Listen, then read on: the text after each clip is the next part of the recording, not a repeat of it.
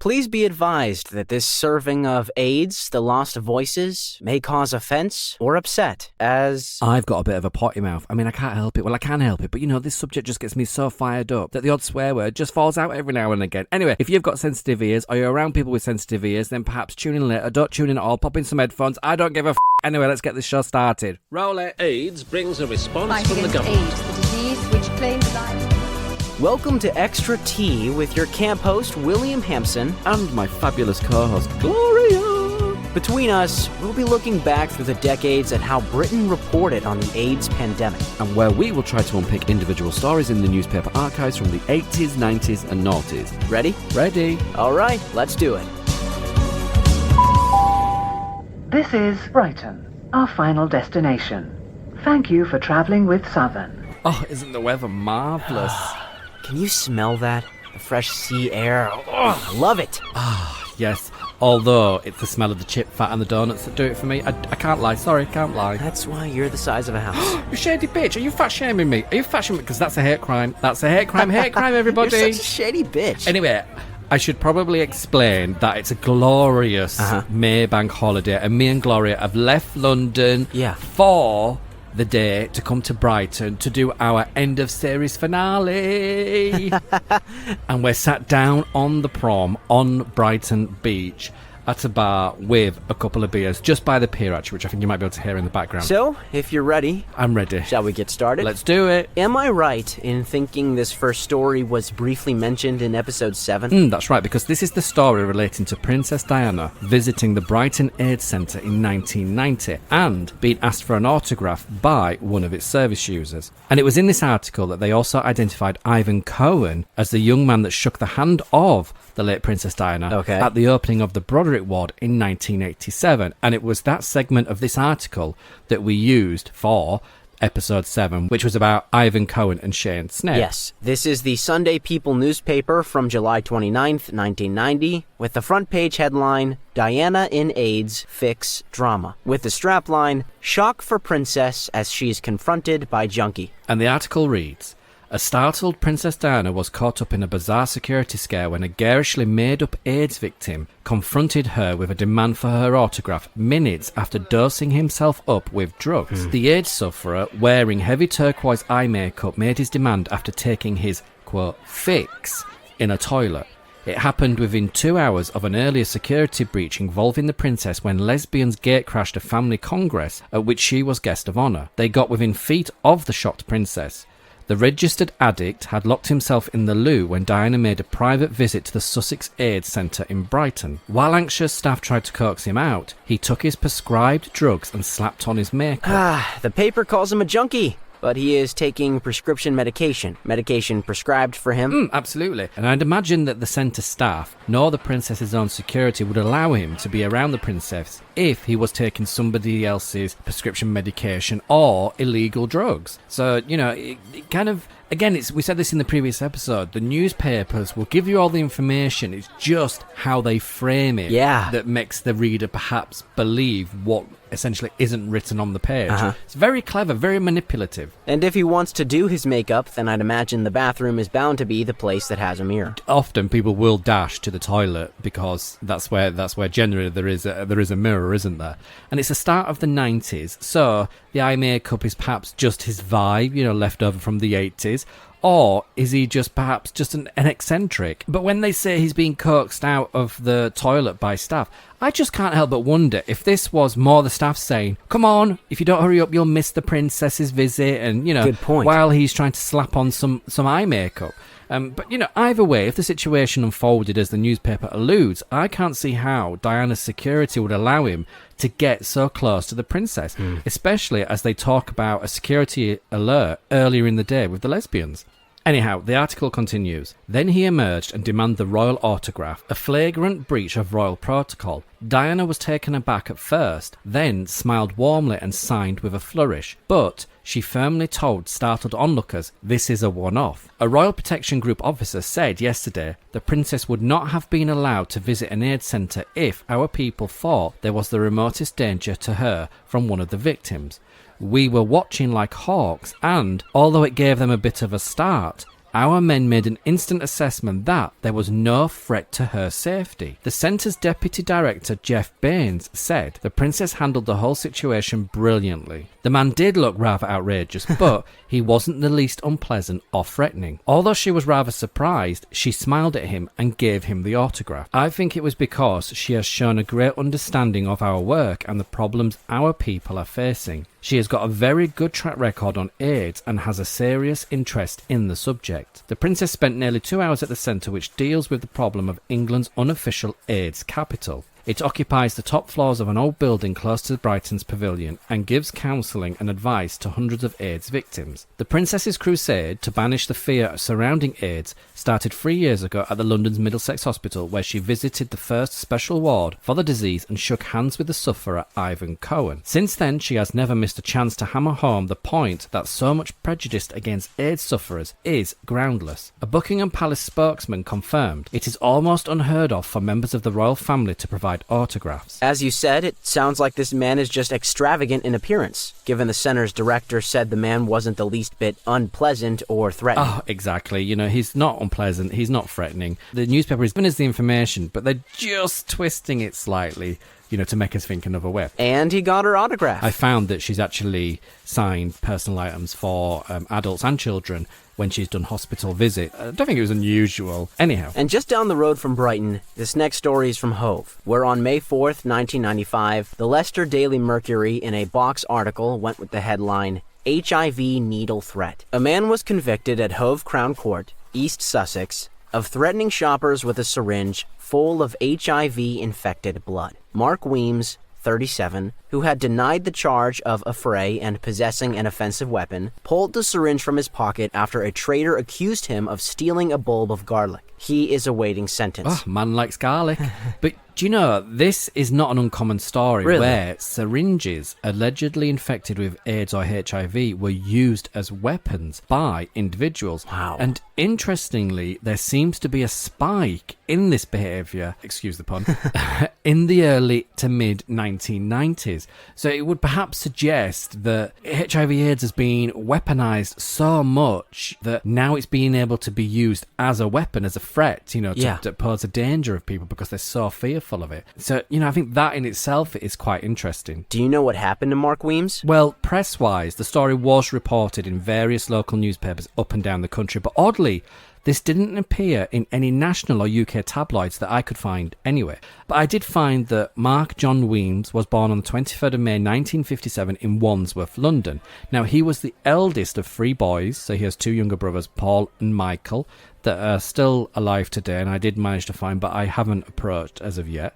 But the article states that Mark denies the charges that he was ultimately convicted on and was awaiting sentencing for. And there was no follow-up in this story in the press in regards to his sentencing that I could find. But Mark Weems did sadly die 2 years after this article in May 1997, aged only 40 years old in Brighton. I'm still awaiting the arrival of his death certificate to establish if his cause of death was in any way associated with HIV/AIDS. And as the next article states, Brighton has for many decades appealed to gay men as a place to visit and perhaps even settle or relocate. That's right, and the Sunday Mirror on the 15th of December 1985 highlighted, in their own way, just how the gay community were being disproportionately affected by HIV/AIDS in Brighton. The headline reads, AIDS Seaside Shocker, with the strapline, Alert as Killer Plague Takes Hold on Brighton. And there's a few photographs in this article for anybody who wants to open the article and read along as we are. Then you can find the link in the show notes that will take you to the Extra Tea blog where all these newspaper articles that we're discussing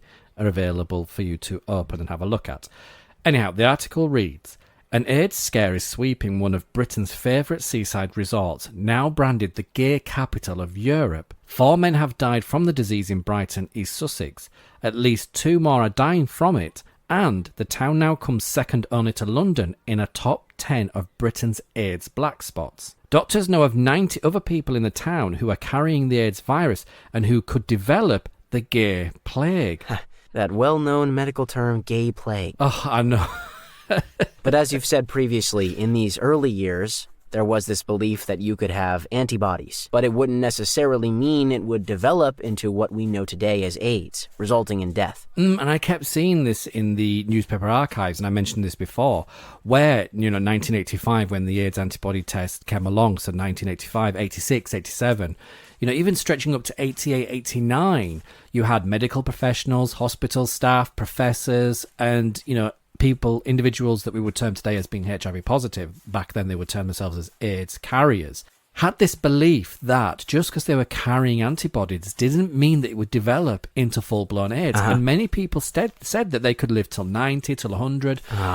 Anyhow, the article goes on to state, the shock statistics are especially alarming because Brighton has a population of only 143,000, but more than 15,000 homosexuals are believed to live in and around the resort, a ratio of 1 in 10, giving it the greatest concentration in the UK and on the continent. Wow. Visitors are told where to find gay clubs in a local guide. They are directed to popular spots like Subterfuge, Ricky's and Beverly Hills. Gays living in the town are happy to point the way to others such as Secrets. Fear is sweeping the gay community, and the town's leading expert on the disease, Dr. Stephen, and I'm probably not going to pronounce this right, Dr. Stephen Tohamaroff.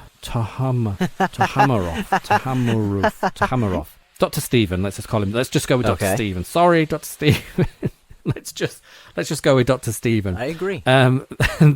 He says, the figures look bad, very bad. I'm afraid we have the highest number of AIDS sufferers outside London, yet our population figures are that much lower. Promiscuity has fallen almost to nil, he said. They now tend to stick to one partner. But our population is much older, so, naturally, sexual ardour and zeal lesser than younger people. They have also tended to form solid permanent relationships by the time they come here, and promiscuity is not much of a problem, as in other areas. The doctor consultant in genitourinary medicine said he did not believe the AIDS scare in Brighton, famous for its nudist beaches, the domed pavilion and Brighton Rock, would stop people settling there. The latest known Brighton AIDS victim is hotelier Andrew Blythe. He has sold up and gone to Paris for, quote, guinea pig tests with a new drug, HPA-23, the same one used on film star Rock Hudson, who died in October. I can't even begin to imagine what it must have been like in their shoes during this time. You mean Andrew Blythe and going off for the treatment in Paris? Yeah.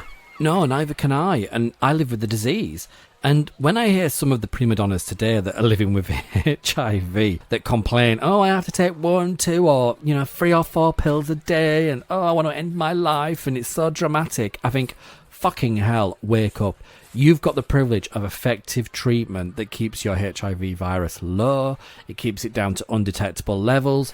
So how they have the gall when so many men and women from this time would have no doubt have given anything, absolutely anything, to be able to just pop a few pills and live a normal, healthy life with a normal life expectancy. Yeah. So, I can't put myself in the shoes of people like Andrew Blythe that's having to sell up his business to go to Paris to try an experimental drug. And was this HPA-23 effective? Well, in short, no. In the end, they did find, when they'd done extensive trials on the drug, that it absolutely had no effect on HIV/AIDS whatsoever, so the drug did nothing, I'm afraid. What happened to Andrew Blythe once he sold up and left Brighton? Well, I'm not one to give up because I can find absolutely no trace of Andrew Blythe. I couldn't find anything even in the electoral records in Brighton. I mean, it was a bit of a soft search, but I couldn't find anything, and normally I can come up with people quite quickly. I checked the records in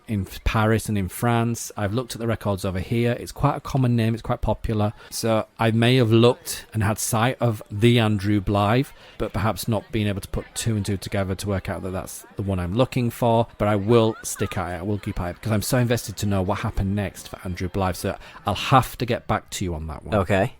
This next article goes from the beaches of Brighton to the school playgrounds across the whole of Sussex. And I'd go as far to say, most likely, the whole of the UK, as I recall a slightly sinister variation of this story in both my primary and secondary school, high school, playgrounds. The Sussex Express on April 17th, 1987, ran with the headline, AIDS becomes new playground game. And the article reads, a playground game called AIDS is becoming increasingly popular in East Sussex junior schools. The game is a new variety of tag in which the person who is it has AIDS, and the other children try to reach a safe area of the playground known as a condom.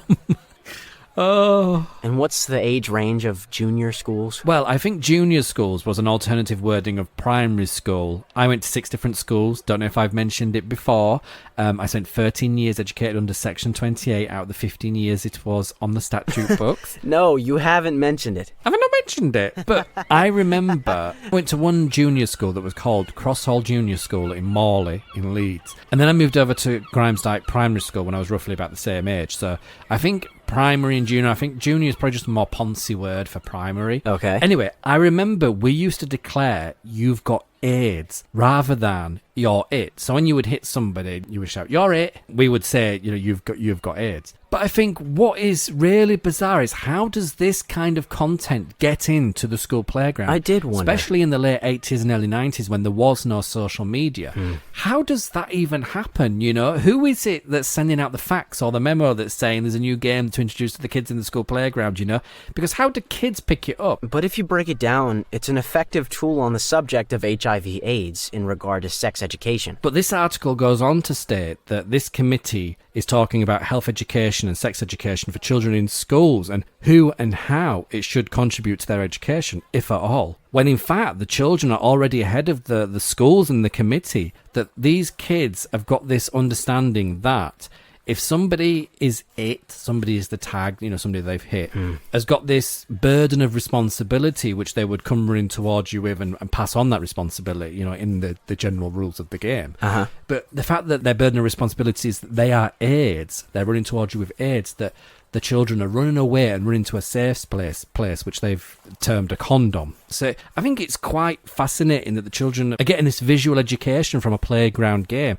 But I mean, I don't remember the condom side of it. We never had a safe space. I guess the only flaw in the game is the visual understanding that they are passing AIDS through casual contact when tapping their friends. Yeah, this is it, isn't it? I remember by high school we played the game, albeit myself being in an all-boys school, being hit and declared you've got AIDS had more of a different connotation to it as opposed to a playful pastime. Yeah. It was more an act of bullying on the back of HIV/AIDS stigma by the time I was in high school in the early 1990s. I remember sometimes being stood in the line for the dinner queue outside in the playground before we would get called into the building. We'd have to line up. And you'd get the kid in your year that was like the big bully that you were shit scared of that would come by you and punch you in the arm and would shout, you've got AIDS. It had this element of bullying to it as well, because it had menace to it. So yeah, weird. And this next story comes from Littlehampton, just down the coast from Brighton, and it made headlines throughout the UK press. That's right. This all kicked off, bit of a pun there, in February 1987 when it came out that Norman Redman, a gay Sussex Football Association referee, had AIDS. But first, I thought I'd share a bit of background on Norman, as he wasn't a stranger to appearing in the press. So, if you're sitting comfortably... Okay, so I guess this isn't a good time to nip across the prom for an ice cream. Oh, do you know, an ice cream would be so tempting because this glorious weather is absolutely amazing here in Brighton. But... given this lovely weather, it'll most likely melt before I've had a chance to finish reading the first headline. So, stop licking your lips, hunker down, pint in hand. Norman Redman has got an amazing backstory. So, here goes. Norman Redman was born in Worthing, Sussex on the 7th of May 1944, and his first appearance in the British press was in 1964 when he was 19 years old. Now, he makes the newspapers up and down the country, including tabloids such as the Daily Mirror and the People newspaper, because on the 1st of February 1964, Norman is said to be, and I quote, the ringleader of 30 saboteurs of the Hunt Saboteurs Association. 30 teenagers, including Norman, turned up outside the Horse and Groom Inn that was preparing for the Cowdray Hunt. They threw 156 pounds of meat at the hounds and sprayed aniseed in a bid to affect the hounds' sense of smell. Now, across various news articles that covered this story, it was alleged that some of the youths threw sticks and hit some of the female riders, one being 19 and another 42. Norman in the press the next day apologised, saying, quote, "I warned other members that there must be no punch-ups." A few weeks later, on the 22nd of February 1964, the 3-month-old association, the Hunt Saboteurs Association, turns up at the Chiddingford Farmers Hunt, and it seems from reports things get out of hand. Norman gets into trouble as he is charged for, quote, "insulting behaviour." Oh, no. He appeared in court and was fined £15 and bound over for 2 years. The prosecutor stated that Norman had been seen throwing meat at the hounds despite the police sergeant telling Norman to, quote, "pack it up." But Norman continued. And at the end of 1964, Norman was mentioned in the Daily Mirror newspaper, given the chair of the Hunt Saboteurs Association, which is a young guy called John, was demanding Norman's resignation if Norman followed through with his intention to attend the Hampshire Hambledon Hunt. Oh, as a hunter?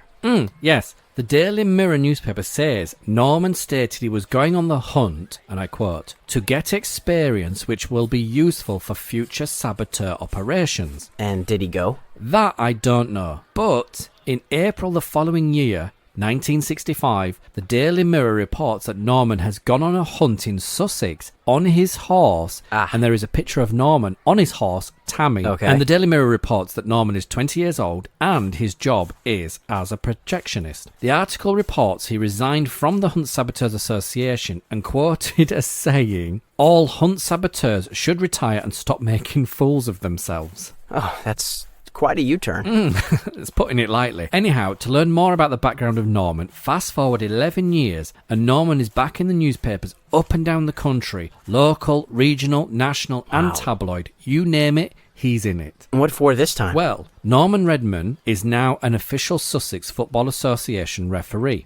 And in September 1976, he was due to referee a match with Bognor and Chichester League. Now, the manager of Wickbourne Lions said the team, nor him, had any respect for Norman after their club was fined by the league after a match refereed by Norman in the last season. And if Norman was to stay in place as the appointed referee, then he would instruct the team of 14-year-olds to walk off the pitch. So they're holding a grudge against Norman? Well, yes and no. Yes, they have a grudge, but that's not why they say they will refuse to play. Oh. The team's manager, Mr. Mullinger, said, "Neither the boys who play in the team or their parents are impressed with the way Mr. Redman, Norman, has publicly flaunted his morals. Oh. The boys have no respect for him." He said there were no complaints about Mr. Redman's abilities as a referee. Mr. Redman published the facts of his homosexuality in the magazine Gay Weekly. Are they really refusing to play because Norman is gay? Exactly that. Their grudge with Norman is the fact that he's come out as gay. And you say this exploded in the newspapers? This story went absolutely wild across the whole of the UK because you've got a football referee who is a referee for Football Association games for not only adults, but children as young as 10 to 16 years old, and he's come out as gay. So, of course, the papers are going to be absolutely all over it.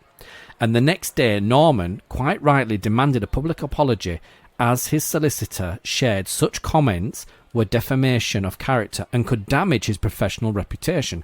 But the manager, Mr. Mullinger, refused to apologise. Did the game go ahead? This is the one thing that annoys me about the British newspapers, is the fact that when they go with a story and there's a cliffhanger, they don't always follow up with the story, and this story is no exception. But a statement by the Bognor and Chichester League, who was employing Norman as a referee, was quoted in the Daily Mirror on the 2nd of September 1976, where the article states that Bognor and Chichester League refused to sack 32-year-old Norman. A statement said he was an excellent referee. Awesome. So essentially, Bognor and Chichester League, who are employing Norman to be a referee, are saying that they're not going to be sacking him and he's an excellent referee. So, yeah. But whether the games went ahead or not, I don't know, because there was talk in some of the articles that this manager, Mr. Mullinger, was prepared to lose points by not letting the boys go and play the game. So again, there's no confirmation whether the matches went ahead or not. However, his job seems to be secure regardless of his sexuality. And 2 years later, on the 6th of August 1978, Norman is in the Sunday Mirror. Alongside a photograph of Norman in his sports gear with a football on his lap, the headline reads, "Reffin Hunt for a Gay Team." Now, the article states that the team will be, and was subsequently named, Gay Stars, and would be a gay football team that would play mainly for charity. Their footy strip was blue, and it was said that they were the first gay football team in the UK, if not the world. Wow, that's brilliant. Well done, Norman. Oh, absolutely. I mean, it's genius. I mean, he's obviously got an interest in football, but isn't it amazing that when a manager of a football team refuses to let the boys play on the pitch because you're merely gay, what do you go and do? Well, Norman goes and sets up a gay football team full of gay players. And if you log on to the Extra T blog and read the article in full, one of the first recruits to join the football team was a hairdresser because they wanted to keep all the football players in good trim. So, you know, it's a bit tongue-in-cheek. I think there's a serious element to it as well because obviously Norman's into his sports. But what better way to kind of give up yours? Exactly. And then from 1982 to 1985, there wasn't a time when Norman wasn't in the local news, raising concerns over local issues, mainly the Littlehampton Gazette, where he'd lived all his life. Now, it's impossible to read out all the stories from all the articles that Norman is quoted or cited in, but they are on the XT blog if you want to go and take a look at what Norman was up to. But I'm going to go through the years and try and just give a very brief synopsis of what Norman was doing, because I think it's very relevant to the kind of person that Norman was. Okay. So, in 1982, his role as the Sussex County Football Association referee was often cited in newspaper articles. Norman organised and compared an interclub version of the popular television mime game show Give Us a Clue within the local community. Norman hosts and takes care of the USA State Referee of New Mexico, Mike Nieto, who was also a nuclear scientist and was on his way to Moscow to give a lecture, and the town reported on this because they thought it was a very worthy story. In 1983, Norman is working as a project supervisor for the West Sussex Association for the Disabled as part of a project with the West Sussex County Council. Now, he is managing a team to survey the hotels and guest houses in Sussex in order for them to improve their facilities for disabled guests. By November 1983, Norman is in an article where he slams the old pavilion at, I don't know if I'm going to butcher this, Angmering, where he says the toilets and changing facilities are, quote, unhealthy and in a disgusting state, given his position as a Sussex Football Association referee. Then in 1984, only 3 months after one of the previous stories I just mentioned regarding Norman's role as a supervisor for the West Sussex Association for the Disabled, it's reported that the organisation is to be disbanded due to funding cuts by West Sussex County Council. They state that Norman's work was so successful that it's costing too much. Surely if Norman and his team are finding shortfalls in facilities for disabled people, they should be looking at addressing them. But this is it, isn't it? Not when it's costing the council money. And the county council stated to the local newspaper that Norman was doing such a good job highlighting all these problems that it was just costing too much money for them to try and fix and resolve. So they've disbanded the group and closed down the project, essentially making Norman redundant. However, undeterred, Norman, in his Football Association referee capacity, is now organising for local businesses to help with funding a youth football team called the Rustington Otters. 4 months after losing his role from the disbanded West Sussex Association for the Disabled, Norman writes a lengthy letter to the newspaper of which it publishes.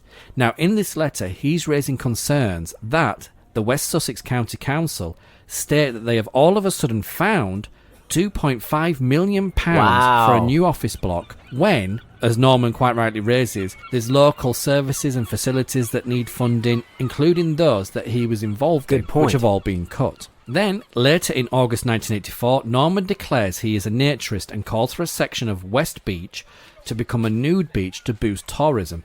And given the recent approval of one in the neighbouring Brighton, Norman shares he visits many EU countries and enjoys naturist activities that are widely accepted over there. The article shares that Norman is currently unemployed as a press relations officer. 2 weeks later, Norman's suggestion to the council and calls for a nude beach gets growing support with 1 or 2 objections. The article states Norman is a member of the Central Council for British Naturists. The article shares that the council considered a nude beach in 1975, 1978 and 1980, given there were calls for one from other people. 2 months later, Arran Council backed the idea of a nude beach, and the article shares Norman had campaigned since 1979. Norman is quoted as saying, "I am really chuffed." Then, in the same year, in December, an article appears regarding Norman, a Football Association referee for 13 years, so from around 1971. And he's started his own Sports Personality of the Year award. Awesome. And he had suggested this scheme to the council previously, and they told him to hold off until September 1984, as they were looking at starting a similar scheme themselves. But when nothing came, Norman decided to run the scheme and fund it himself. Wow, where does he find the time for all this? The guy's a machine. Absolutely. And while I may sound like I'm going on and on and on, I'm trying to be as brief as possible. But this guy, Norman Redman, has definitely got fingers in lots of pies. Anyway, it doesn't stop there. Okay. 1985. February. The nude beach has been given the go-ahead for a trial period for 1 season. Norman is quoted in the newspaper as saying it should run for 3 seasons in order to capture accurate data of its use. He is quoted as saying, "The human body is only made dirty by dirty minds." Brilliant quote. The following month in March, an article with quotes from Norman in regards to the nude beach and a council meeting made references to inappropriate behaviour on the beach and the spread of AIDS. Norman calls for the resignation of various councillors and is quoted as stating, quote, "Statements on AIDS made at the public meeting were based on misinformation and could not be supported by medical facts." And I think we can read between the lines of probably what was being said by these councillors who were somewhat objecting to the nude beach, that it's going to be full of gay men that are going to be conducting inappropriate behaviour, such as having sex with each other, and they're going to be spreading the disease AIDS. It'll have been something along those lines, we can be sure of that. I agree. Anyhow, by June, there is a photograph of Norman with his arms outstretched in an empty car park that was built for council staff to use. This was to stop them taking up all the parking spaces in the local town centre car park where residents were struggling to find a parking space. And by September, there was a debate by the local council on the suggestion of a local businessman whether they wanted to be seen as progressive and have Norman use his video skills and equipment in recording their meeting. They ruled against the idea, stating, and I quote, "The idea is probably too revolutionary for this council." Then, on the 8th of November 1985, in the Littlehampton Gazette, there's an article with the headline, "AIDS Pledge by Ref," and the article reads, "A football referee is asking fellow sportsmen to back research into AIDS. Mr. Norman Redman of Goda Road, Littlehampton, has pledged his match fees for the next 3 years to help victims of the disease. I hope my small gesture will be an example to many sportsmen," he said. "If we all club together, we could raise a lot of money to fight the killer." He said the death of film star Rock Hudson had inspired him to make this plea for funds. "It is sad that a famous person had to die before Hollywood stirred to help sufferers. I would hate the same thing to happen to a sporting celebrity," he said. Mr. Redman hopes to raise £900 from his fees over 3 seasons. He will donate the cash to a research charity, the Terence Higgins Trust, named after the first man in England to die from the virus. 41-year-old Mr. Redman referees matches in the West Sussex League, Chichester and District Sunday League, and Chichester and District Youth League every weekend. He hopes his appeal will soon spur footballers and other sportsmen to offer support and money. What a nice guy. He seems like a selfless kind of person. Oh, absolutely. You know, he seems to be one of these people that just enjoys helping other people. He just wants the best for people. He wants the best for his community. And, you know, I think it's really good. I mean, you could perhaps misconstrue some of his letters or, you know, his opinions as being perhaps a bit of a Victor Meldrew or a busybody. But he's actually always striving for something. You know, he wants change. He wants this to be made better. He wants this to be good. And it's not for himself. You know, it's for everybody, really. And I think that's only to be commended, really. Yeah, I agree. And staying with the Littlehampton Gazette, the following month on the 13th of December 1985, an article with the headline, AIDS Help Group, states, "A new working party set up to deal with the prevention of the disease AIDS and help sufferers are appealing for volunteers. The group already include Chichester consultant Dr. Tim Bushell and Littlehampton football referee Norman Redman, who has pledged his match fees to research into the killer. Mr. Redman said they aim to consider all aspects of the virus which in August killed a Rustington man. We aim to spread the realisation that AIDS is a real and fast-growing problem and ignoring it is not going to make it go away," he said. "At the same time, we wish to demonstrate that the situation is not hopeless. Positive help is available, both preventative and remaining healthy. Mr. Redman described the group's funding situation as desperate and appealed for help. Volunteer medically informed counsellors are now needed for training in this field, he said. Well said. Oh, just another unsung hero. Yeah. You've got these courageous men that are willing to stand up. We spoke about Jim Hoggart, from the early 80s, 1983, 84, 85, were being very vocal in the local newspapers, creating these groups, these support groups, these buddying services. Anyhow, in the following year, 1986, in January, Norman is described in the Littlehampton Gazette as an AIDS campaigner, a Sussex Football Association referee, founder of the Aaron Gay Group, and served on the Homosexual Law Reform Working Party. Wow. Now, we get all of this bio because the article goes on to state that Norman is standing in the local election as an independent. The following month in February, Norman is working as a supervisor at the West Sussex County Council as a school, book and library repair service. Now, in regards to the local election, Norman came last with only 15 votes, where the winner secured 280 votes. Now, Norman has demonstrated that he really is a man for the people and is very vocal on a lot of issues. So I can't help but think that, given this is 1986, that the fact that he's gay, that he's campaigning for AIDS and homosexual rights, perhaps didn't stand him in good stead to secure more votes. I thought that. In June 1986, Norman and some gay friends conduct a large-scale survey of men around job centres and benefit offices and find a high proportion of men, regardless of sexuality, have turned to male prostitution when money has been tight.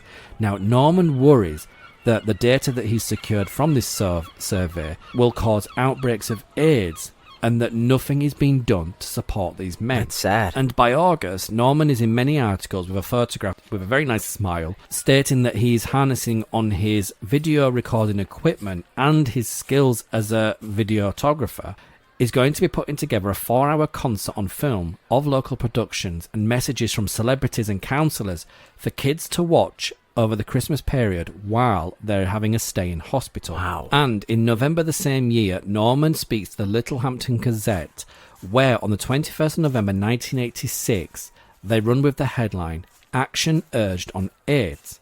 And the article reads, "The government have been urged to consider issuing free condoms and needles to control the AIDS problem. I think it is a must," said Mr. Norman Redman of Gouda Road, Littlehampton. "If they want to prevent the spread of AIDS, why not give something away for free?" Mr. Redman, a member of the Aaron Gay Society, dismissed the argument that free condoms would encourage promiscuity. "You can get an expensive packet of birth control pills quite cheaply on the NHS," he said. "Does that encourage promiscuity? I don't think so." He warned that Aaron was not safe from the disease. "I know at least 2 people with the HTLV-free virus," he revealed.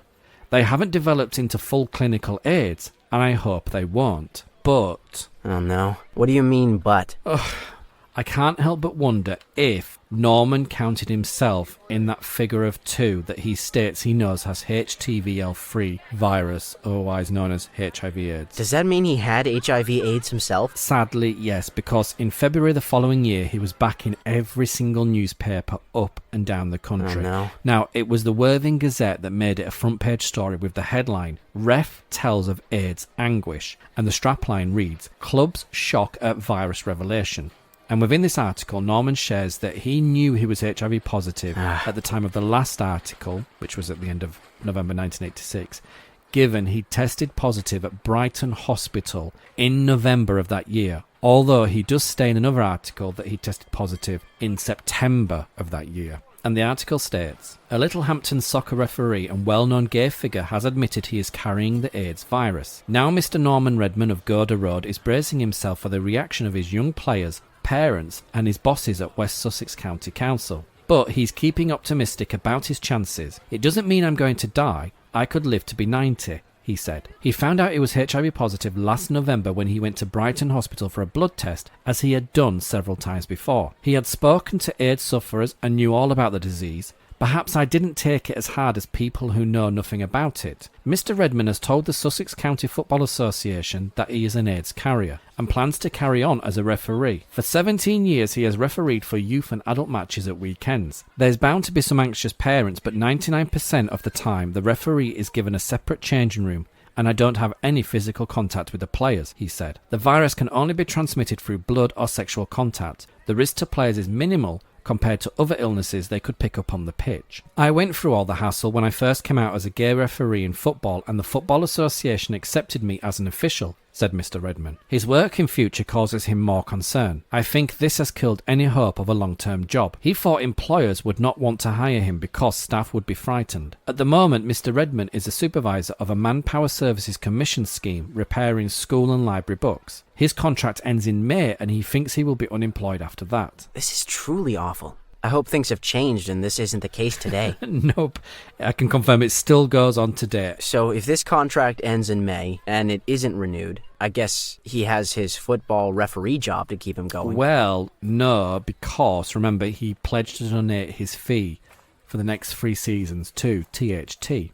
Yeah. But... oh, not another but. The Daily Mirror reports on the 6th of March 1987 in a tiny 1-inch box, AIDS row ref quits. The article reads, gay football referee Norman Redman, 42, has quit after 2 leagues banned him because he has AIDS. Mr. Redman, who lives in Littlehampton, Sussex, said yesterday, I've had enough. And who can blame him? First, he had to defend himself for his sexuality despite all saying he was an excellent referee. And now his HIV status, which no doubt brings his sexuality up all over again. And as the Daily Mirror reported on the 18th of September 1987 with the headline, Gay Ref in AIDS Fury, the article states, a gay soccer referee with the AIDS virus has sent back his trophies after being accused of shaming the game. Norman Redman, 42, resigned when he was banned from matches because he carried the deadly virus. Now West Sussex Football Association claims he has brought the game into disrepute. Mr. Redman from Littlehampton, Sussex, said it's totally unfair. He's earned those trophies.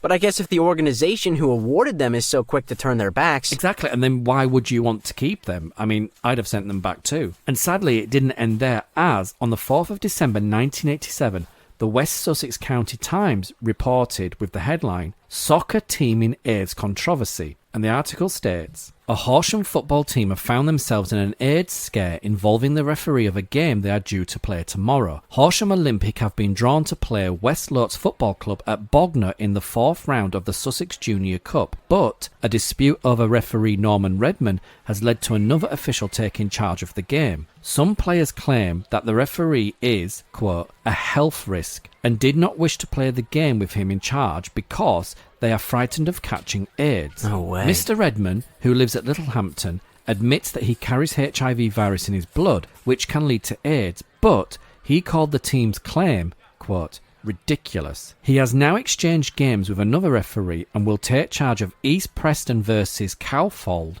in the same competition instead. But Mr. Redman remains unhappy with implications made by the 2 clubs he was going to referee that he is likely to transmit AIDS to them. And Norman is quoted as saying, I am annoyed about them implying that I am a public health risk. As far as the Sussex County League, the DHSS, and the World Health Council are concerned, there is no risk. Yeah. The club should retract the statements. If they do not, I will consider legal action. Horsham Olympic have said they are prepared to play the game, but that players afraid of catching AIDS would not be forced to play and would be replaced by others. Oh. To say that someone could catch AIDS from me in this way is absolutely ridiculous. These people are supposed to be adults. This situation is setting a precedent where clubs can have referees changed if they do not like them, and the County Football Association must tell the teams to play the game. Now I will be refereeing East Preston, who have also invited me for a meal and drinks afterwards. They see no problems whatsoever. Well, that's good to hear. But it should go without saying, really, shouldn't it? Oh, absolutely, and you'd hope so, no. But yeah. Hold on to your hat, okay, because on the 4th of March 1988, the Littlehampton Gazette ran the story with the headline, AIDS Ref in FA Disrepute Row. And the article states, angry AIDS referee Norman Redman is fighting a charge that he brought Sussex football into disrepute. The trouble began last February when football referee Mr. Redman admitted he was HIV positive, carrying the AIDS virus. 3 teams, including East Preston Youth Club, objected to him refereeing their games because they thought he was a danger to the players. Mr. Redman of Gouda Road, Littlehampton, tried to charge them with bringing the game into disrepute, but having dropped the action at the request of the Sussex Referees Committee to avoid damaging publicity, he now finds the boot on the other foot. Oh, that's... A Bognor Regis team has brought the same charge against him. That's awful. He will now face a panel of fellow referees this month, and if they support the charge, he could be fined or suspended from football. Mr. Redman complained in writing to a Bognor team, West Lotts, after they refused to let him referee a match in December. He stressed the Football Association view that AIDS carriers were not a health risk to players. He also sent them government leaflets about the disease. West Lotts then complained about his letter to Sussex Football Association. Mr. Redman blasted his fellow referee for taking up the charge, after persuading him not to take identical action a year ago. It seems it's okay for the club to attack a referee who is not defended. It's very one-sided, he stormed. If the referees uphold the disrepute charge, he intends to appeal to the National Football Association. Mr. Redman warned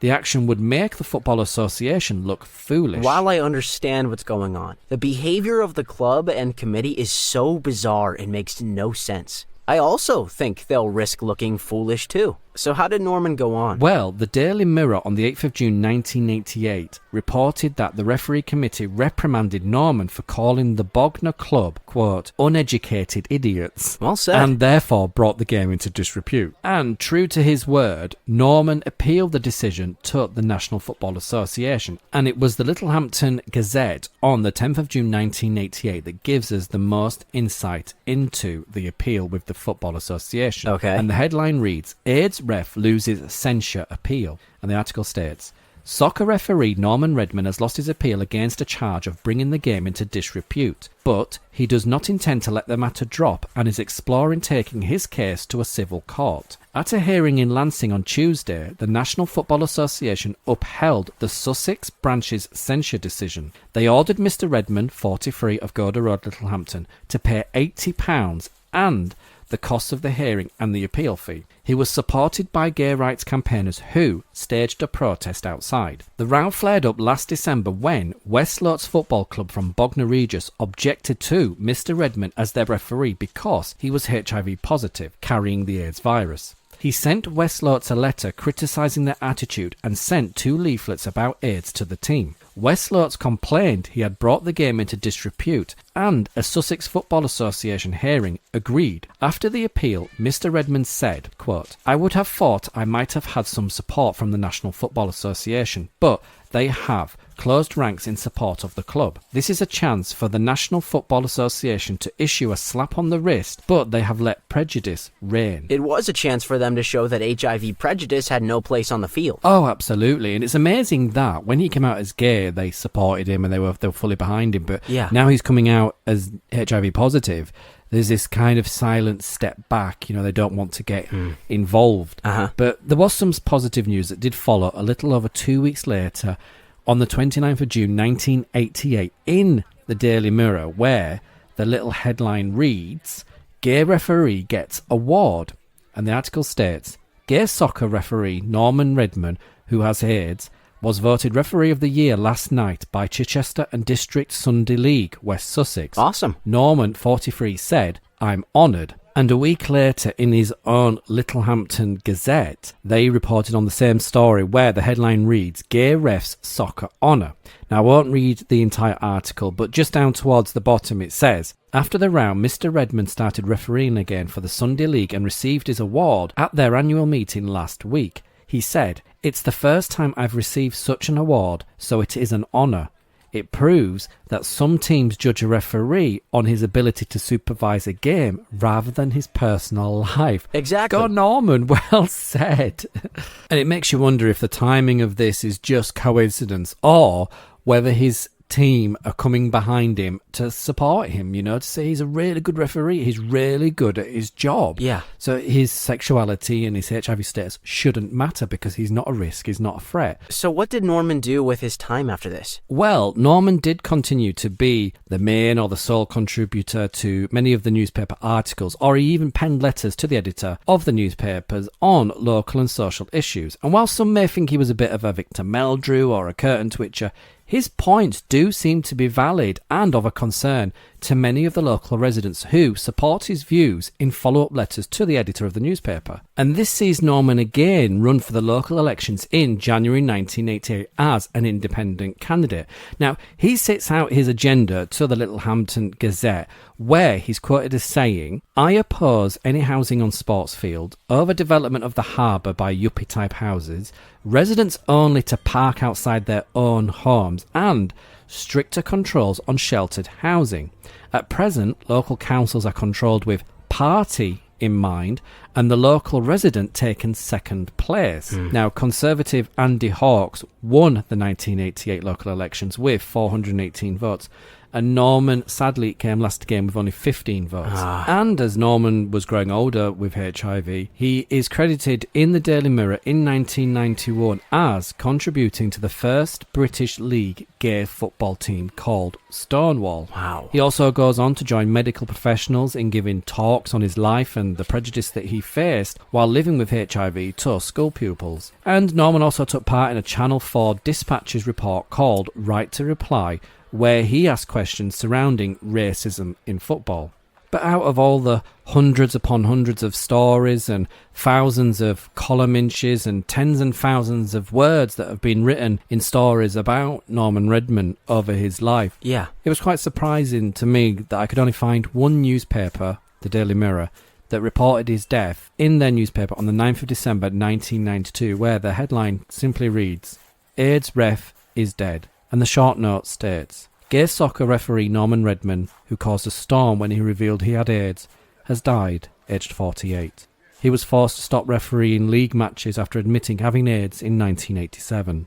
Norman, of Littlehampton, Sussex, said then, 'Bigotry should be a notifiable disease. There is no cure.'" What a truly inspirational man. Someone who wasn't afraid to make a stand and ensure his voice was heard. Oh, truly inspirational. And again, it kind of hits home really that sometimes you do get gay men that start campaigning and setting up these groups for gay men that are affected by HIV/AIDS, and just shows that the disease doesn't discriminate, because they themselves too find out that they are also infected, and ultimately, many of them sadly pass away before effective treatment became widely available. And as Norman alluded, if bigotry was a notifiable disease, then perhaps society would have understood then, and retrospectively, that everything Norman said was spot on.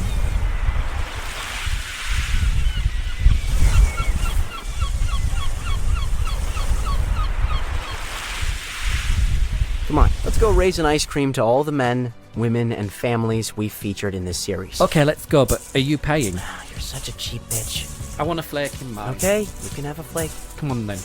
So, are we on for a second series? Absolutely. Do you know, HIV/AIDS should be a story that never ends. All of the actual newspaper articles mentioned in this serving are available on the Extra T blog. You can find the link below in the show notes. If you've enjoyed listening to AIDS, The Lost Voices, then don't be a shady bitch and show us some love with A big fat like, a comment, a share, as in the link, not as in, do you believe in life after love? Oh. and for fuck's sake, don't forget to Subscribe and follow.